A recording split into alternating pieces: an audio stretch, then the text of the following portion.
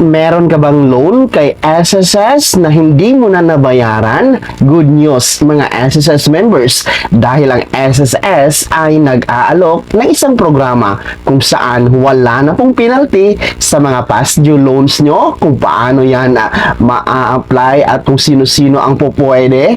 Yan ang ating aalamin sa video na ito. Hold up.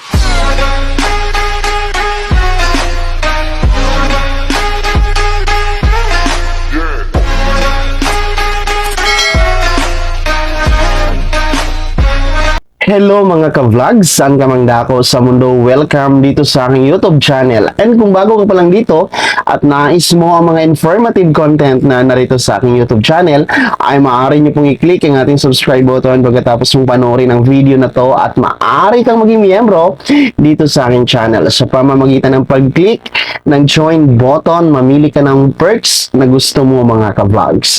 Magandang araw po sa lahat ng mga SSS members, saan ka mang dako sa bansa or nasa abroad ka man mga ka-vlogs.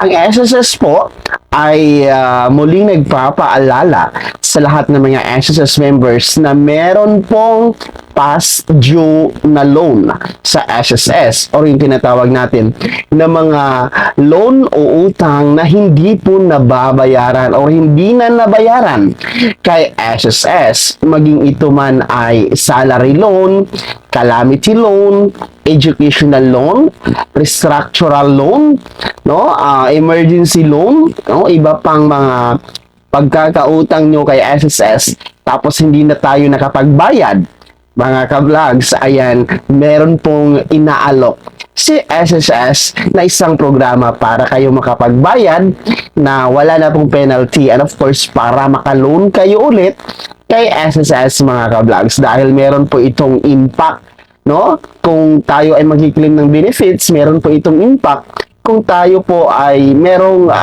balanse, merong utang kay SSS mga ka-vlogs. Ang programang ito ay nilinaw po ng SSS President Rolando Ledesma Magsaysay kung talagang ito ay pinapayagan ng SSS. Narito panoorin natin mga ka-vlogs. Tanong. Galing po ng Barangay Mangulago, Bayan ng Victoria, Jason Manalastas po. Aminan ko, tiga Victoria, pare. Okay po. Sir, ang tatanong ko lang po yung sa amnesty about dun sa mga loan, kung magkakaroon ba tayo ng amnesty? Anong klaseng amnesty? Basta hiningi ng tiga Tarlac, may amnesty kagad. Anong amnesty mo? Walang penalty, wala na. Ano pa? Ano pang amnesty gusto mo? Yan lang po, salamat po. Basta, si EBP Bolt, wala ng penalty, ha? Ano pang amnesty gusto mo? Basta bayad na kayo utang. Yung mga employer, yung mga employer dito, saan yung mga employer dito?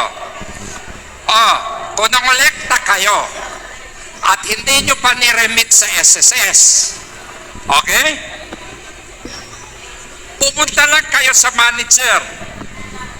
I-prove nyo lang na medyo nahirapan kayo sa negosyo ninyo noong panahon ng COVID. I-waive ko rin yung penalty ninyo, pati kayo kasama. Bolt, okay ba yun? Okay yun, di ba?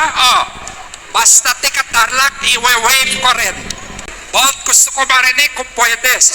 Katulad ng sabi ni Pangulong Rolly, yung mga nagkaroon ng mga lugi sa kanilang mga negosyo at hindi nakapagbayad ng SSS o hindi nakapag-remit ng mga inutang sa SSS, kayo po ay pwedeng mag-apply ng condonation. Pumunta po kayo doon sa opisina sa Tarlac at pagtitignan po, pag napakita nyo talaga kayo nalugi, kayo po ay pagbibigyan ng condonation. Ang babayaran nyo lang po yung principal contribution at wala pong penalty.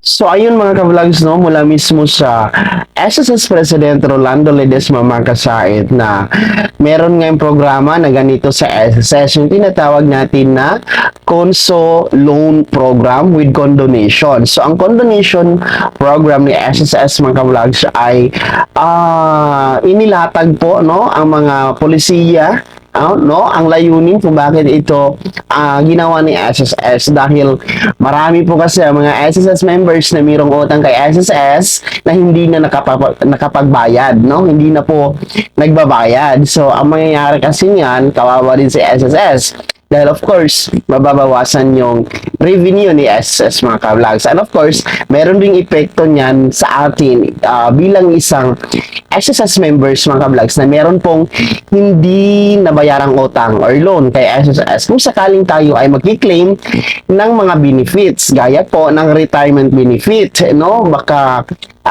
kung tayo ay magsi 60 years old na or baka mamatay ang isang SSS member tapos mapa-file ng death or funeral benefit mga ka-vlogs, abay ikakaltas kasi yan, no?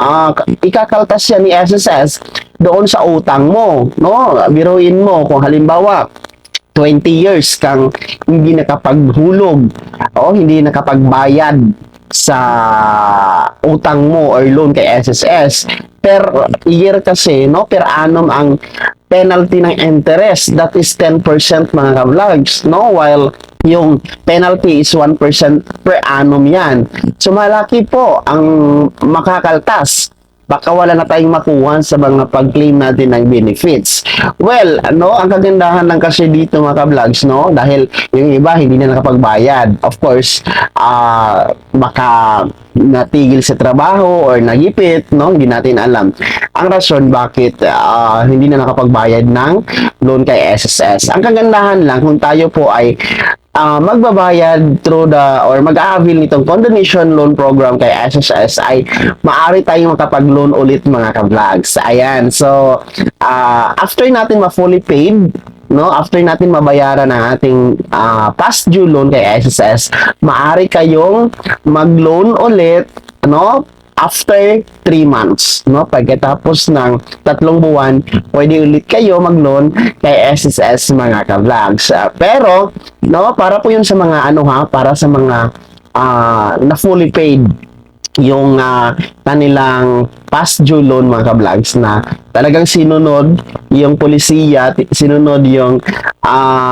policy and guidelines, no, sa pag-avail ng condonation loan program kasi meron tayong mga polisiya niyan mga ka-vlogs, no, halimbawa nito kailangan po na hindi tayo nakapag-avail ng final benefits gaya ng retirement o total disability, no, sinusunod natin yan. Pero kung meron tayong mga default, no, may mga ginawa tayong lapastangan sa polisiya ni SSS, naku, pwede naman po tayong mag-loan ulit after natin magbayad ng ating past due loan under the condonation loan program. Yun nga lang, after 2 years pa, no, meron tayong mga default na mga ginawa sa SSS mga ka-vlog. So, huwag na natin gawin yung mga hindi tama, no? Halimbawa, kung ano yung nasa contract, no, nasa polisiya na ito yung amortization natin, no? Kasi pwede natin yan i-fully paid ang ating past due loan, no? Merong dalawang option yan. Pwede natin i-fully paid, pwede din natin installment basis. So, nasa inyo na po kung alin ang magaan sa inyo, alin ang mas komportable kayo, mga ka-vlog. So, dapat susundin nyo yon, no? Then, paano ba natin ito ma-avail mga ka-vlogs, no? Paano ba tayo mag-file ng CONSO loan program under the condonation loan program kay SSS, no? Madali lamang itong online lang mga ka-vlogs, no? Hindi nyo na kailangan magpunta, no, sa pinakamalapit na SSS branch or mag-walk-in. Gamit lamang ang inyong cellphone, laptop, computer, any gadget mga ka-vlogs. Ayan, online lamang, no? Punta lamang po kayo sa inyong my.sss account, no? At check, punta lamang po kayo sa loans, no? Dyan sa services mga ka-vlogs na merong consolation or condonation loan program na button dyan, i-click nyo lang, mag-file kayo mga ka-vlogs. So, ganun lamang mga ka-vlogs, no? Madali lamang, online lamang ang pag-apply ng condonation loan program dito sa ating mga past due loan kay SSS. Magbayad po tayo ng utang kay SSS, no? Magbayad po tayo ng ating mga loans para hindi naman din po maapektuhan yung revenue, yung pondo ni SSS mga ka-vlogs dahil sa atin din naman po yan napupunta, no? Kung tayo pa ay nagbabayad ng maayos sa ating utang kay SSS. And of course, no, pagdating ng mga pag-claim natin ng mga final benefits gaya ng retirement benefit, ayan po, buo natin makukuha yun. Walang kaltas mga ka-vlogs. And of course, hindi maapektuhan yung ating status. So yun po ha, sa mga may utang, ayan, pakibisita po sa pinakamalapit na SSS branch sa inyong lugar para mag-consolidate po sa inyong mga dapat babayaran mga ka-vlogs para tuloy-tuloy ang benepisyo sa pagiging miyembro kay SSS.